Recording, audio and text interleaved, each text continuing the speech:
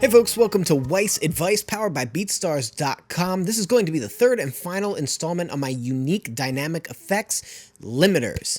But before we get started, first, special shout out to Placebo Beats for letting me use this record to demonstrate these ideas.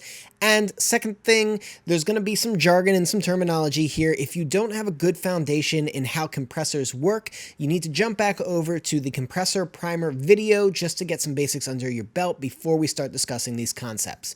Okay, let's dig in. So what is a limiter? A limiter is exactly what it sounds like. It sets a point in which no volume will exceed it. And you might be thinking, well, I've seen your other videos here and you keep talking about this digital ceiling. We already have a point that nothing can exceed. That's 0 dB full scale, right? Anything above that becomes clipping.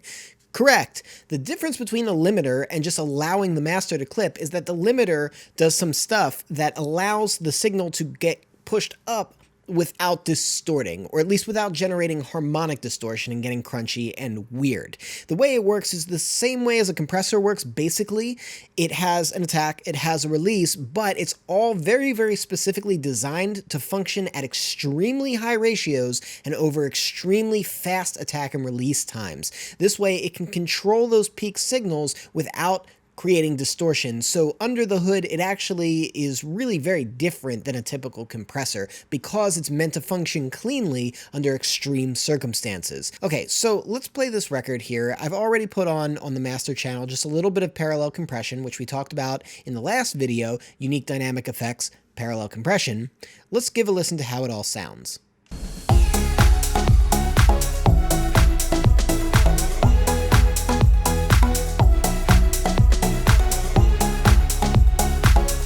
All right, sounds pretty darn good. So now the question is, how do we get it loud like you want to hear it at an EDM festival? Now I'm going to give you a big disclaimer right here. I'm going to be turning this track up. So if you are monitoring loudly right now, if the sound of my voice is loud right now, you're going to want to turn your monitors down a little bit. And the reason why I'm taking my time in saying this sentence is so that you have time to adjust your volume. There you go. You adjusted your volume. Great. So I'm going to grab the Fruity limiter. And we're going to take a look at two primary controls here. One is going to be the gain, which is going to be how hard we're pushing into the limiter, how much level we're adding. The other one is going to be the ceiling, which is just another word for threshold like in another compressor. This is where we are going to set our limit. The weird thing about the FL limiter here is that the ceiling actually allows us to go above 0 dB full scale. We can do this, but we really shouldn't because ultimately we are going to be printing at 0 dB full scale. So just leave the ceiling at 12 o'clock. That's really where it belongs. Now there's also some proxy effects here that we can change around, but for now we're just going to focus on gain. And the basic idea is once we've got our limiter pulled up, we're going to push the gain up until it no longer sounds good.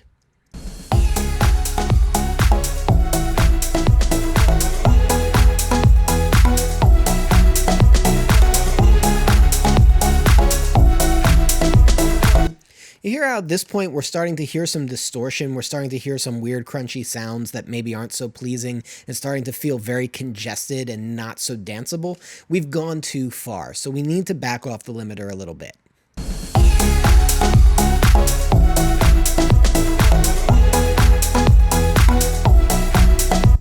Great, there we go.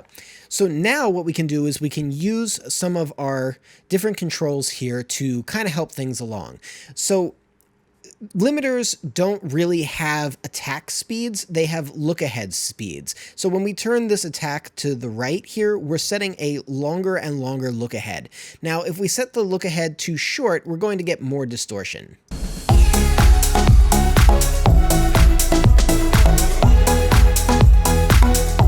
And we can hear some of that like almost hot sound, so to speak. Like it sounds like we're hearing some kind of harmonic crunchiness come back. Now, if we go too far in the other direction, we're going to set the look ahead so that it's reacting too early and we're going to get a pumping effect.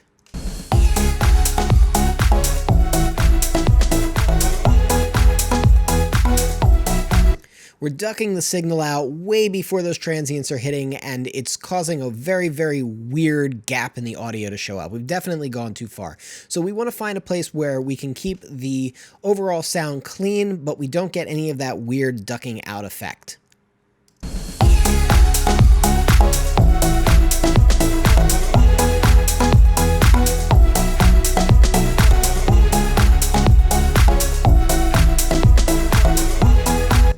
So somewhere around a quarter of a turn is usually going to get you where you need to be, and then we can kind of affect how things sound with this extra curve control. And basically this curve control is going to go from a very, very immediate limiting function to a more gradual limiting function.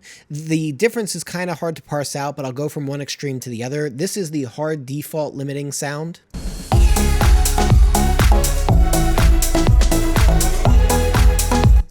And here's the softer, more gradual sound.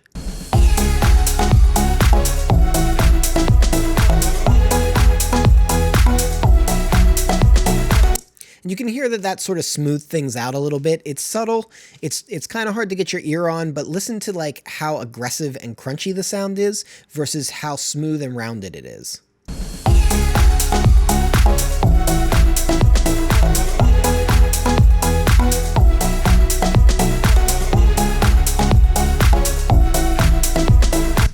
And in this particular case, I want to go toward maybe the smoother, rounder side. I'm going to maybe back it off a hair, but we're going to go for around here and see how that feels.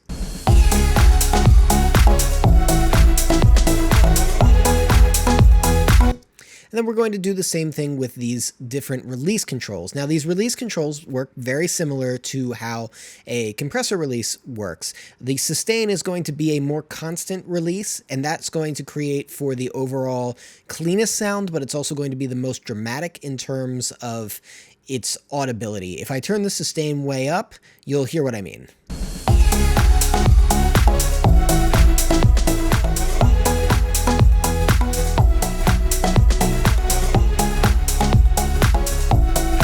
So we get almost no distortion, but the release here is so far sustaining, it's holding on to the limiting so long that it's definitely doing something weird to the dynamics. So in general, we want to start with the sustain as short as possible and rely on this initial release curve as much as we can, and then go from there. So now the initial release curve is the same idea, except for it's a progressive release. It's more like a traditional compressor release where instead of just holding on to the signal, it allows the signal to return relative to its loudness. So again, we usually want to start faster and more aggressive and then slow things down as we need it.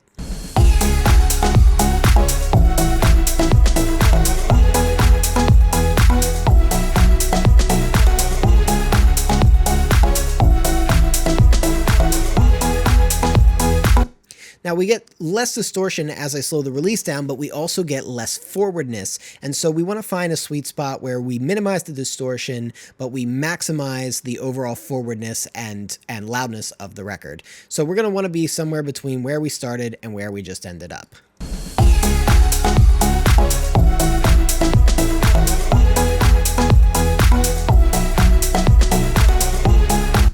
That feels pretty clean. Now we can clean it up a little bit more by either softening this curve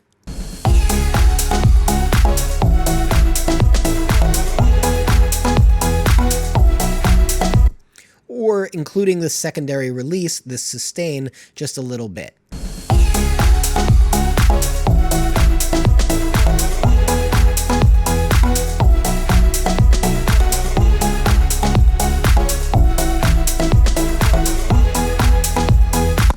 Lastly, the FL limiter gives an option for saturation. It's kind of a cool sound. It gets pretty noticeable pretty fast. I'll turn it down and you'll hear what it's doing.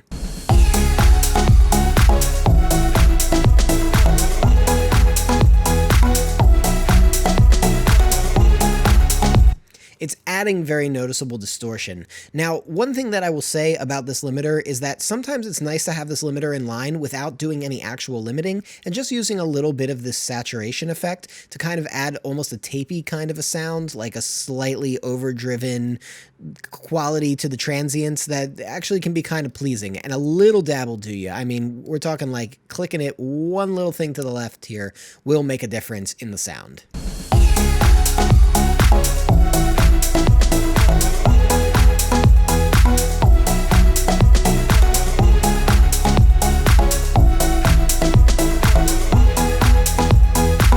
But for this, we're going to keep it clean. Now, Here's the thing about limiters. Limiters are very hard to design. They are something that inherently function against physical reality. Physical reality says that if you have an infinitely fast compressor that limits something to a certain threshold, anything above that will distort. And so a limiter is an attempt at algorithmically figuring out how to do that exact same idea, but without the distortion part. And so they are functionally much more technically complex to create than a typical compressor. Now, this is one of those places where, in general, across all DAW platforms, the stock limiters just do not perform that well. It just is what it is. FL Studio makes a lot of great stock plugins. The limiter is not one of them, and it is not just FL. It's going to be true in a lot of programs. So if we're going to start buying third-party plugins, a good place to start is going to be the limiter.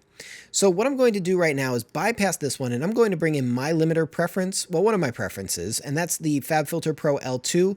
I will also mention that there are two other limiters that sound fantastic. One is the Slate FGX, that is a great limiter. The other one is the AOM Invisible limiter. Both of those do a tremendous job. I like the Pro L2 because it allows me to get a little bit tweaky and a little bit engineery in a way that I like and works for my workflow. That said, any of those three, all of those are great choices. So I'm going to bring in the Pro L2. I'm going to set it all the way down. I'm going to start doing the same thing. I'm going to turn it up. Actually, first I'm going to put it into complete default. And then I'm just going to start turning it up, and I'm going to go for the same thing. When does it start breaking up and sounding weird?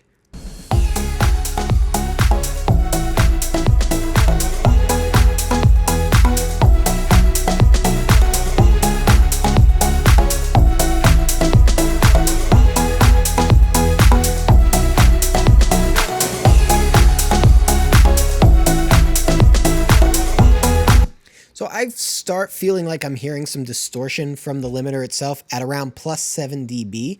At least that's where it's getting very clearly marked. There's some subtler distortion that shows up a little earlier, but it's not super bothersome until I get about here.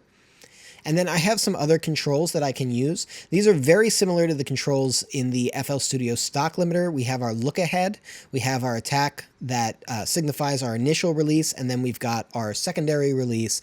And so we can set these to smooth things out a little bit. If I extend the look ahead to maybe about 1 millisecond, and I slow down this initial release, and I speed up the secondary release, I can actually get a slightly smoother sound.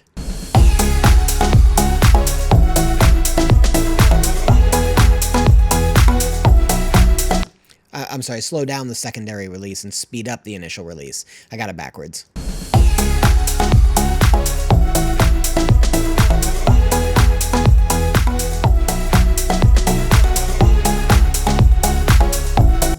Now, with that basic, quick little tweak, let's go back to our FL limiter and listen to that.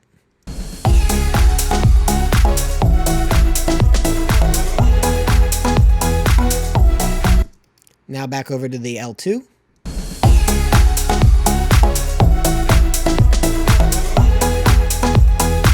And you can hear I was able to get it much, much louder with a lot less effort and a lot less distortion. And that simply comes down to the quality of the limiter. So if you're beating yourself up trying to figure out why you're struggling with the commercial loudness and commercial levels, a lot of it does actually come down to the gear in this particular example. And I don't like to say that. I like to try to make it as little about the gear and as much about the technique as possible. But the reality is if you're trying to cut something with a dull knife, you're going to have trouble cutting it. Similarly speaking, if you are trying to get something very loud with a subpar limiter, then comparing it to like a Ginsu limiter, you're going to see a pretty noticeable difference here.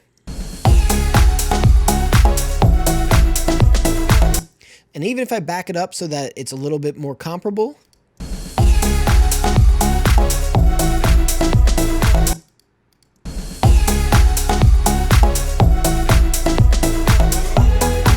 we can hear even at the same approximate loudness, the Pro L2 just sounds a lot bigger and a lot cleaner. And so it really does, in fact, just kind of come down to that. All right, guys, thanks for watching, and I'll catch you next time.